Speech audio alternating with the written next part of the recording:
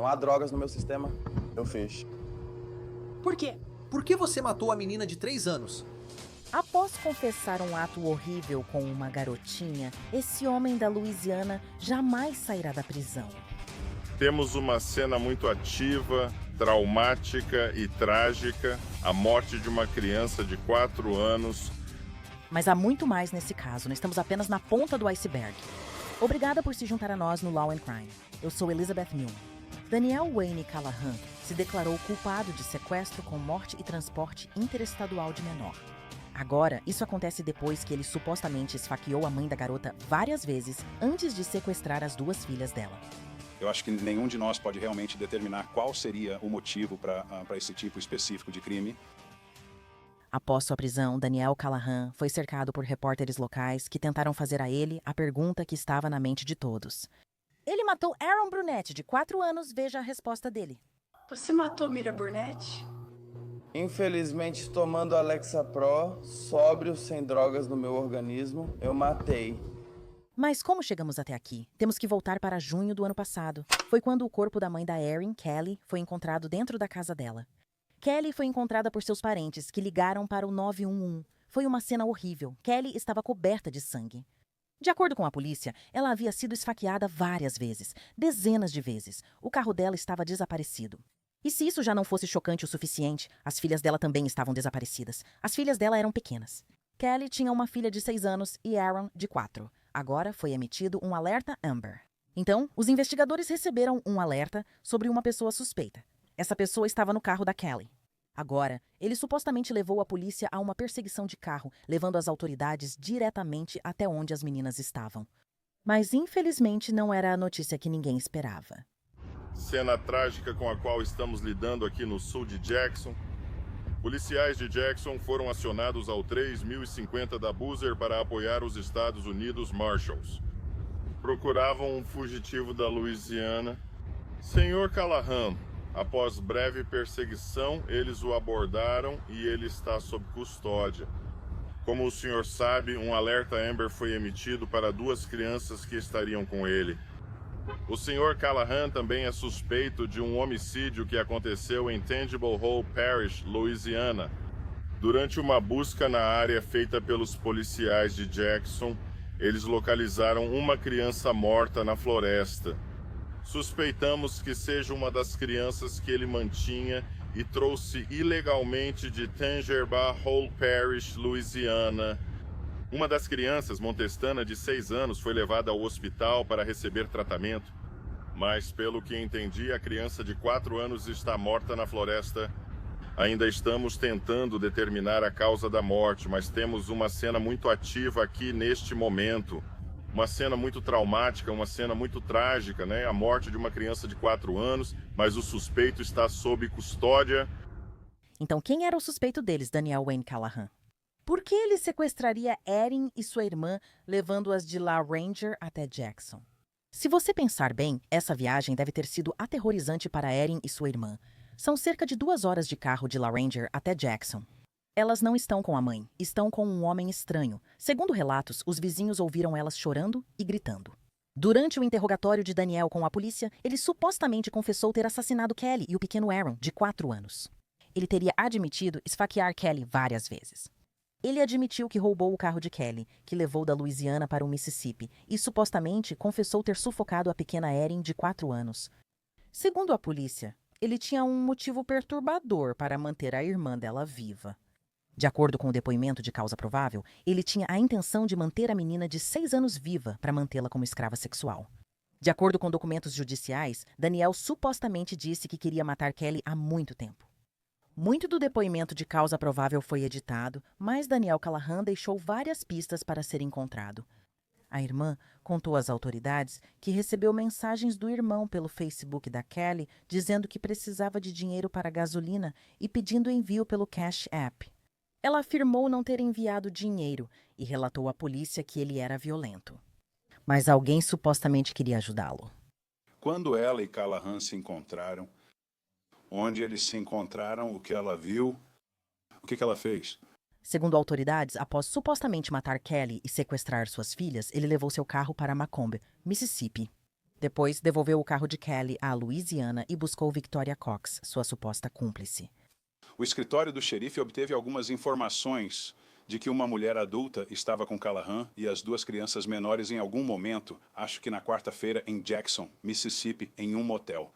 Repassamos a informação aos parceiros em Jackson, que deram continuidade. Eles foram até o motel. Eles encontraram Victoria Cox, de 33 anos, acredito eu. Ela foi detida por eles e eles começaram a investigação sobre ela. Victoria não estava apenas acompanhando. Ela, de acordo com os promotores, supostamente cometeu abuso sexual com a filha de 6 anos de Kelly. Os promotores dizem que depois que isso aconteceu, Daniel sufocou Erin de propósito, segurando-a firmemente contra o peito dele. Mesmo que Daniel tenha admitido o assassinato, Victoria Cox também foi acusada disso. Ela foi indiciada por homicídio qualificado, sequestro e abuso sexual. Victoria enxugou as lágrimas quando ouviu as acusações e se declarou inocente fora do Mississippi. Quanto a Daniel, ele enfrentou acusações na Louisiana, no Mississippi, e também enfrentou acusações federais. Na Louisiana, ele foi acusado de assassinato e sequestro, e no ano passado, o estado anunciou pena de morte. Ele se declarou inocente das acusações de assassinato em primeiro grau, sequestro e outras mais. E assim como Victoria, ele também foi acusado no Mississippi por homicídio qualificado, sequestro e agressão. No âmbito federal, ele foi acusado de sequestro com morte e de transportar uma menor entre estados para envolvê-la em atividade sexual criminosa. A notícia saiu semana passada. Ele vai se declarar culpado no caso federal para evitar a pena de morte. Em um comunicado à imprensa, o procurador federal interino Michael Simpson disse: a decisão de hoje garante que Daniel Wayne Callahan será responsabilizado por seus crimes hediondos e atrozes. A condenação foi possível graças à colaboração entre agências locais, estaduais e federais na Louisiana e Mississippi. O esforço conjunto garantiu que o Sr. Callahan enfrente a justiça. Daniel será sentenciado em seu caso federal em novembro. Segundo promotores federais, pelo acordo de confissão, as sentenças dele podem ser simultâneas ou consecutivas. Mas, de qualquer forma, ele está enfrentando prisão perpétua. Deixe-me te perguntar uma coisa. Agora estou acompanhada da advogada criminalista Safa Robinson Ferrier. Safa, é ótimo te ver, mas você sabe, essa história é simplesmente horrível. É horrível, é macabro, é chocante. Quero dizer, os fatos do caso são que você tem uma mãe que foi assassinada em sua casa. As filhas dela foram sequestradas. Erin, de 4 anos, morreu e a irmã de 6 anos ficou ferida, mas está bem. Mas qual é a sua reação a esse caso? É simplesmente horrível. Não consigo enfatizar isso o suficiente. Esse caso é horrível.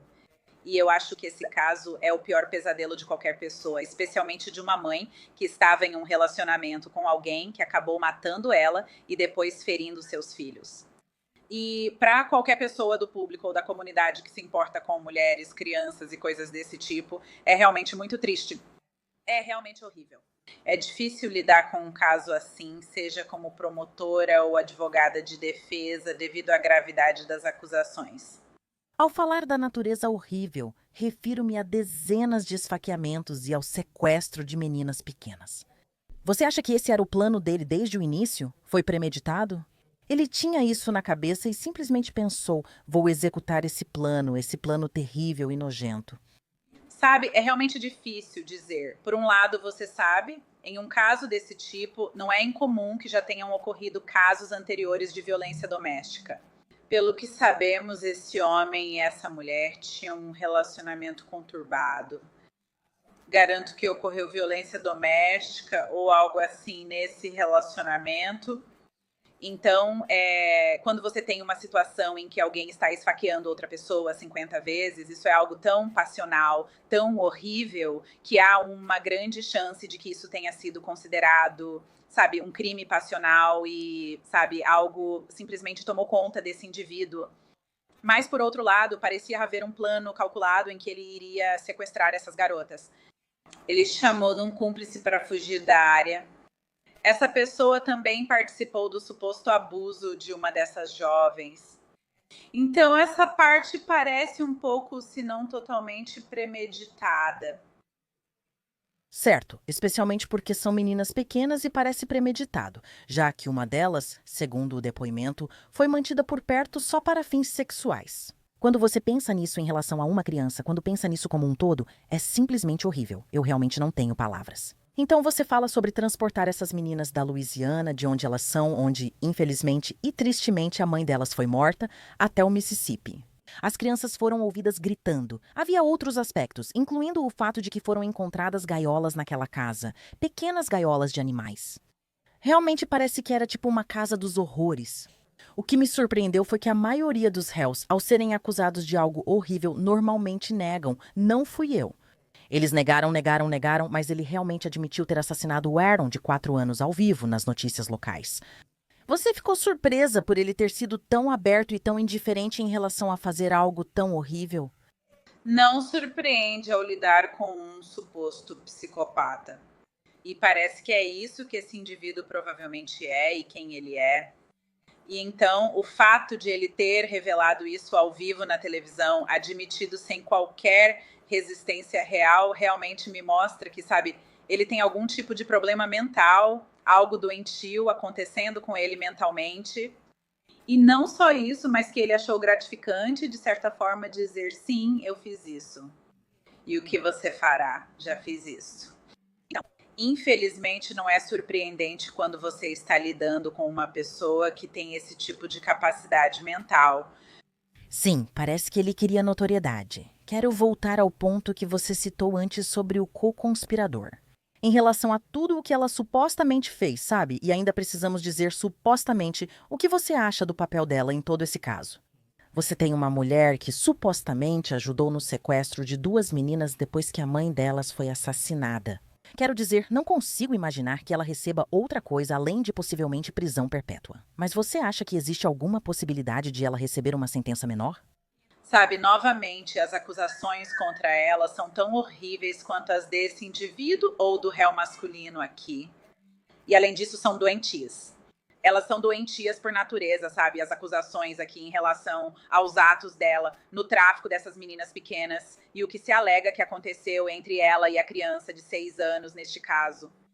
Então, a única coisa que ela poderia possivelmente argumentar é se ela estava sob ameaça e força física do réu, neste caso, o Sr. Callahan. Essa provavelmente seria a única maneira de ela escapar da responsabilidade total por isso, a menos que ela esteja diante de um júri e simplesmente não haja provas suficientes para condená-la. Acho que em casos assim, com múltiplos assassinatos, tráfico sexual e vítimas crianças pequenas, os jurados não gostam disso e não têm simpatia, especialmente na Louisiana. Outro ponto é que uma das vítimas sobreviveu e agora está sem a irmã. E, sabe, estou mantendo o nome dela em sigilo, obviamente, por questões de privacidade, pela segurança dela e tudo mais. Mas, sabe, eu olho o perfil da mãe dela no Facebook e você vê as 2 filhas sempre juntas como 2 ervilhas na mesma vagem. Acho que foi isso que estava no obituário, o que é simplesmente horrível. Mas quando a vítima é uma criança muito pequena e está viva, não vejo como seria possível chamá-la para depor. Você acha que se o caso estadual avançar, a vítima sobrevivente pode ter que depor, mesmo com a separação entre o caso federal e o estadual? Sim, infelizmente é praticamente certo que ela terá que depor se as acusações estaduais forem a julgamento. Uma das ações possíveis entre promotoria e defesa é firmar um acordo judicial, como já ocorreu com o Sr. Callahan no âmbito federal. Acreditamos, ou já sabemos neste momento, que ele fez um acordo judicial. Tiraram a pena de morte, mas ele ficará preso para sempre. Um dos motivos é que, por ser acusação de tráfico sexual envolvendo menor, o governo precisa provar isso. Eles provam isso colocando a jovem criança no banco das testemunhas para depor sobre sua idade e o que lembra do incidente. E não só isso, mas sabemos que ela também ficou ferida. Então ela vai acabar tendo que testemunhar sobre quais foram os ferimentos dela. Se eles fizerem um acordo judicial, o que novamente pode acontecer na esfera estadual em relação a ela como vítima, para evitar ter que colocá-la no banco das testemunhas, para evitar revitimizá-la, eles podem fazer um acordo judicial também. Interessante você mencionar isso, porque sempre fico curiosa. Se ele receber prisão perpétua em um caso federal, qual seria o impacto adicional do caso estadual? O caso federal prevalece sobre o estadual? Como funciona isso? Então, a jurisdição federal e as jurisdições estaduais são duas jurisdições separadas. Então, ele pode ser processado em ambas. E nós chamamos isso de acusação lateral. Agora, o caso federal já foi resolvido. E, novamente, o acordo de confissão é que eles não vão prosseguir com a pena de morte. O que eles poderiam ter feito caso ele tivesse sido condenado em um julgamento. Agora, no caso estadual, ele ainda está enfrentando a pena de morte em relação aos assassinatos. Agora, se o governo estadual vai ou não chegar a algum tipo de acordo para remover a possibilidade da pena de morte, isso ainda está para ser decidido neste momento. Mas eles ainda podem prosseguir e ainda fazer esse pedido. E se um júri considerar que é um crime passível de pena de morte, ou que ele deve receber a pena de morte, seja por decisão do juiz ou do júri, então ele enfrentará a pena de morte no estado. Você acha que as sentenças desses diferentes casos em várias jurisdições podem ser cumpridas ao mesmo tempo ou em sequência? O que você pensaria ao olhar numa bola de cristal? Não creio que serão cumpridas ao mesmo tempo. Ele já se declarou culpado de várias acusações no Tribunal Federal. Acredito que 2 dessas acusações serão cumpridas ao mesmo tempo. Existem outras acusações que serão cumpridas após as federais. Creio que o tráfico sexual será simultâneo. A sentença de prisão perpétua será cumprida junto com outra acusação. Acusações estaduais e federais serão tratadas separadamente, não de forma simultânea. E, se ele for condenado pelos múltiplos assassinatos no estado, então talvez eles possam cumprir essas sentenças simultaneamente, ou ele pode cumprir a sentença de forma simultânea. Mas, considerando a natureza horrenda dessas acusações, não acho que um juiz vá ter qualquer simpatia ao sentenciar o Sr. Callahan ao que quer que ele seja condenado. E, infelizmente, não podemos entrar para dar uma boa olhada nisso porque, em casos federais, sabemos que câmeras não são permitidas, infelizmente. Mas vamos continuar atentos para ver qual será, afinal, essa sentença. Safa Robinson Frere, muito obrigado pelo seu tempo e visão sobre o caso. Antes de terminar, gostaria de acrescentar algo? Obrigada por me receber.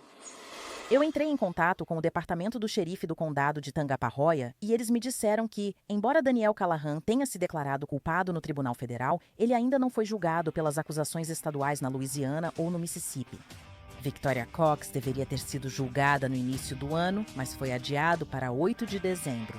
Se condenada, ela pode pegar pena de morte. Obrigada por acompanhar o Law and Crime. Sou Elizabeth Nolan.